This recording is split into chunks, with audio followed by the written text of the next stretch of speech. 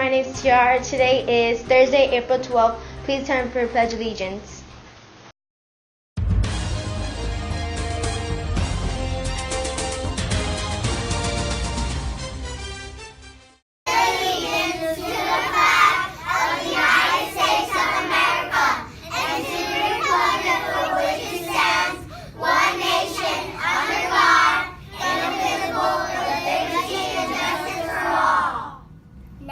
Pledge to the Texas flag.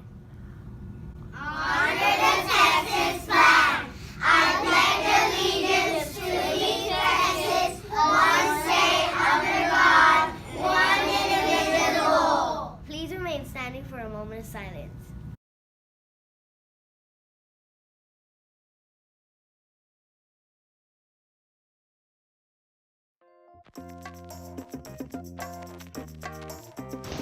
Good morning, Douglas Eagles. Today we're here with your lunch menu. Today we're having steak fingers or pepperoni pizza.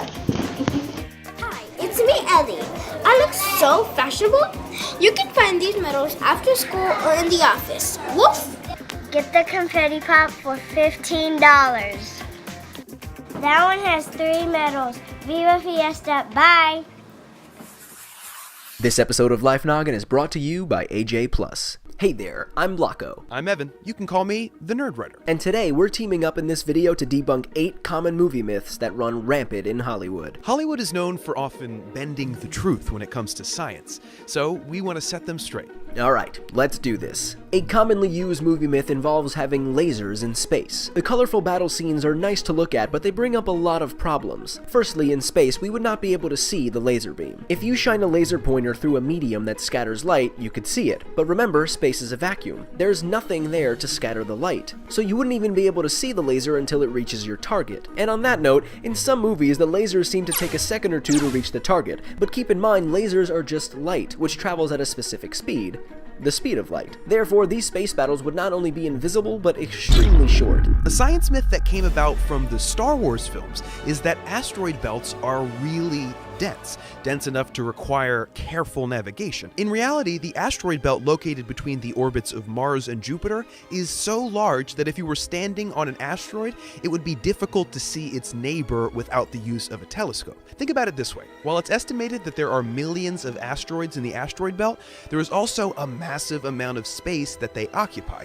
It's unlikely that you'll find them all grouped together in one relatively small area. A common trend in action movies is to shoot a lock to make it open. Now, this is not completely incorrect, but it's incredibly oversimplified. Most handguns won't quite do the job, but a high-powered rifle will. However, the shrapnel that comes from flying off the lock could do some serious damage, especially if the lock is shot at point-blank range. In Captain America: The Winter Soldier, which is an awesome movie, we see Cap free-falling without a parachute and landing in the water, seemingly unscathed. While we aren't sure of his exact speed, we can assume that it was around terminal velocity. When he enters the water, he suddenly starts to decelerate, resulting in a force of potentially hundreds of Gs. A force like that can cause broken bones and even death. But then again, he is a character in the Marvel Universe, so he could probably handle it. Of course, we can't have an action movie without an explosion. And where there are explosions, there are people casually walking away from them. I'm talking to you, every action star ever. What these movies fail to consider is the damaging shockwaves of the explosion and any shrapnel that can come flying around. Immediately after an explosion, the shockwaves can travel many times faster than the speed of sound, and they're usually followed by very strong winds, which working together can knock down many structures. In a Mach 1.3 shockwave, the speed of wind is already stronger than the fastest tornado's wind speed. Speaking of explosions, movies make it seem like all you have to do to make something explode is shoot it, but it's not actually that easy. If you try to do this with just a normal gun, it won't work, because the bullet does not provide enough of a spark to ignite the gasoline. An explosion occurs when a substance rapidly produces gas and heat. In order for the fuel to combust and cause an explosion, the reaction requires some type of ignition, and a bullet simply won't do the trick. Thanks for the lies, Hollywood. Amnesia is also used incorrectly in many films, resulting in the character losing their self-identity. However, in real life, most people with amnesia primarily generally have problems with their short-term memory, making them unable to retain new information. Also, even though head injuries can result in temporary confusion and problems with memory,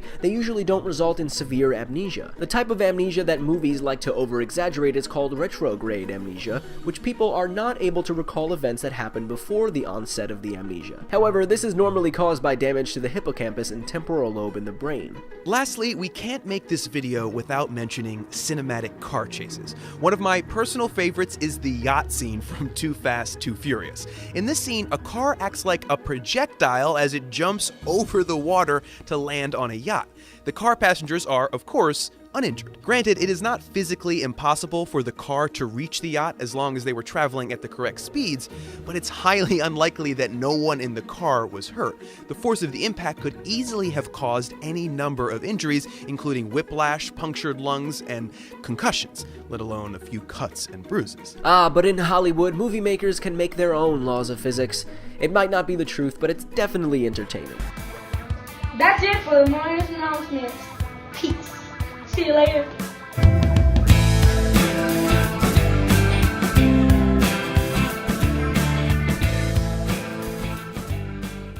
Hey, buy me for $10. Woohoo!